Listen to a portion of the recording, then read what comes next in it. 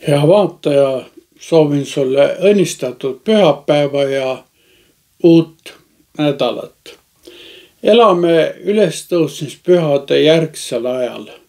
Ajal, mis kõneleb meile jüngrite pettumustest ja samas ka üllatavatest kohtumistest ülestõusnud issandaga.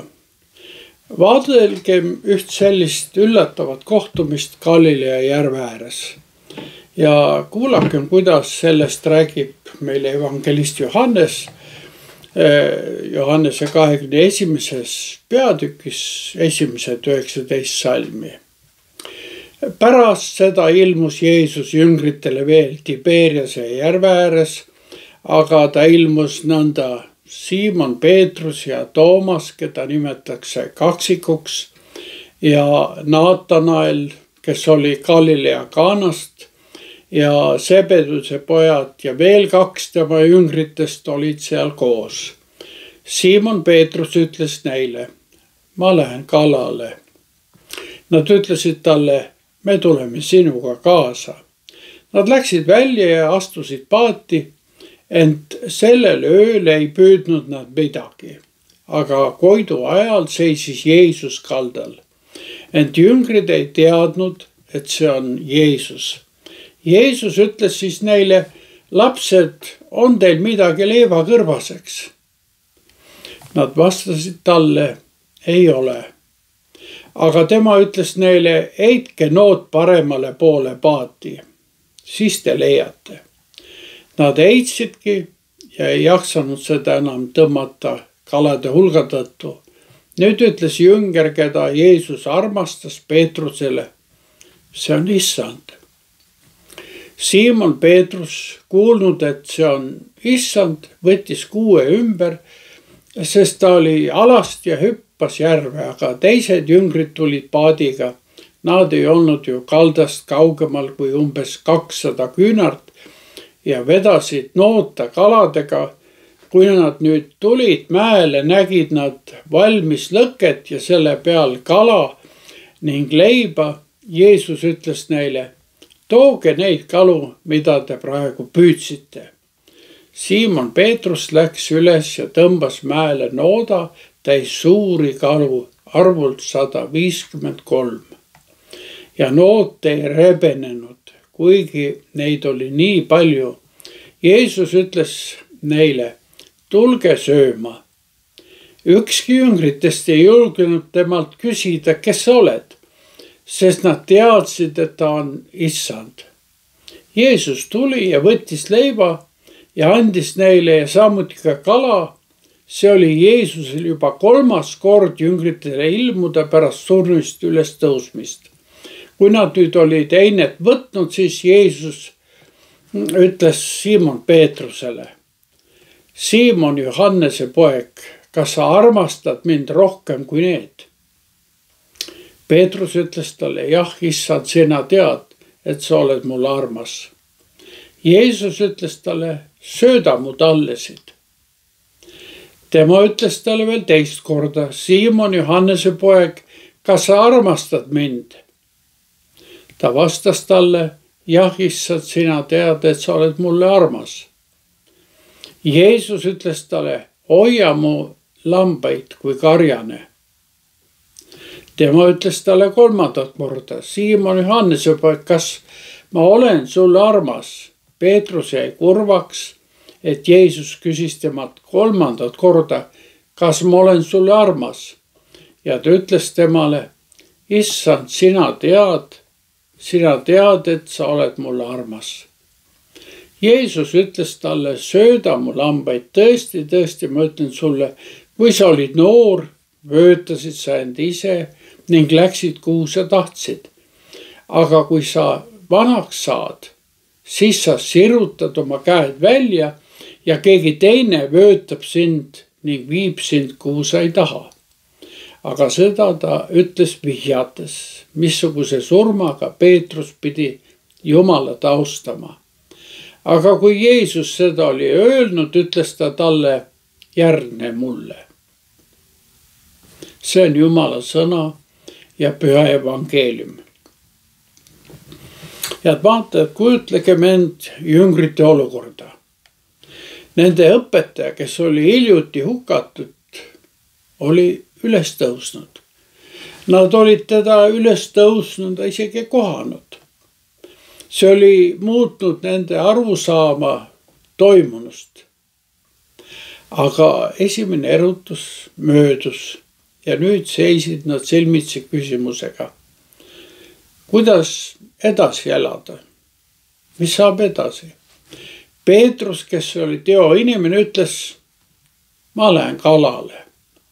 Teisedki tundsid samasugust igatsust millegi harjumuspärase järele. Ja nad vastasid, me tuleme sinuga kaasa. Niisiis pöörduvad nad oma endise ameti juurde tagasi. Neist saavad taas kalurid. Ja selles ametis me nad tollel hommikutunnil ka leiame. Kuid kogu öine vaev on asjatu. Võrgud on tühjad. Neist polegi isegi häid kalureid saanud.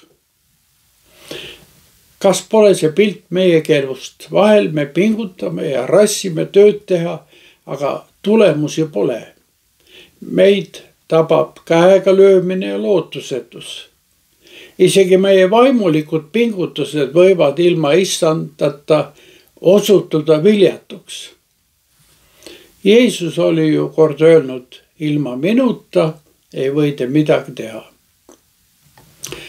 Nii nad seal rannal oma tühjade võrkudega siis seisavadki. Aga keegi tundmatu seisab rannal ja küsib neilt. Lapsed, on teil midagi leiva kõrvaseks? Vastus on ühemõtteline. Ei ole. Ja siis annab see võõras neile nõu, heitke nood paremale poole paati, siis te leiate. Nad võtavad seda nõuannet kuulda ja siis juhtub midagi imelist. Võrgud on korraga kalu täis. 156 suurt kala. Saak on nii suur, et nad suudavad võrgud vaevu kaldale tõmmata. Oma käel tegutsedes jäid tühjad käed ja tühjad võrgud, aga issanda sõna peale tegutsedes saatis neid tõeline edu. See olukord pidi neile meenutama nende esimest kohtumist issandaga. Aega, mil neist olid saanud Jeesus järgid. Ja just nüüd tuleb armastatud jünger Johannes issand ära ja sosistab Peetrusele, see on issand. Peetrus, impulsiivne nagu ta on, viskab kuue selga ja sumab kaldale. Varsti jõuavad sinna teisedki. Kuid üllatus, ees ootab juba tuli, praetud kala ja leib. Ja muidugi vaikne äratundmine. Õpetaja on taas nende keskel. Ja just nüüd pöördub Jeesus Peetruse poole, kes teda oli 3 korda salanud. Nüüd küsib Jeesus talt 3 korda. Siimon, Johannese poeg, kas sa armastad mind rohkem kui need? Ja iga kord, kui Peetrus vastab, jaatavalt annab Jeesus talle ülesande. Sööda mu tallesid, hoia mu lambaid, kui karjane, sööda mu lambaid. See ei ole juhuslik. Iga küsimus ja iga vastus on armastuse ja usalduse sidemete taastamine. Peetruse 3-kordne salgamine asendub 3-kordse armastuse kinnitusega. Jeesus ei heida talle minevikku ette, vaid pakub uut võimalust ja algust.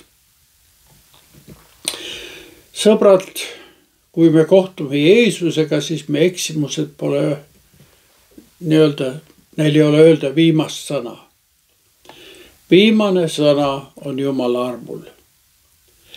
Kuid Jeesus räägib ka sellest, mis Peetrust ees ootab. Kui sa olid noor, vöötasid sa end ise ning läksid, kuhu sa tahtsid.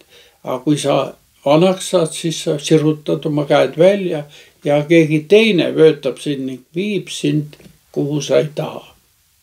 Ja Jeesus viitab siin Peetruse märtrisurmale. Tõepoolest, Jeesuse järgimine maksab Peetrusele ta elu. Aga sõnum on selge. Järgne mulle. Sõbrad, see kutse ei puuduta ainult Peetrust, vaid meid kõiki. Jeesus kutsub meid täna heitma kõrvale oma kahtlused, et jagaksime oma elu meie hoolde usaldatutega. Ja siit algab juba koguduse lugu. Jeesus ütleb meile täna, ma vajan sind, ma annan su elule uue sisu ja väärtuse.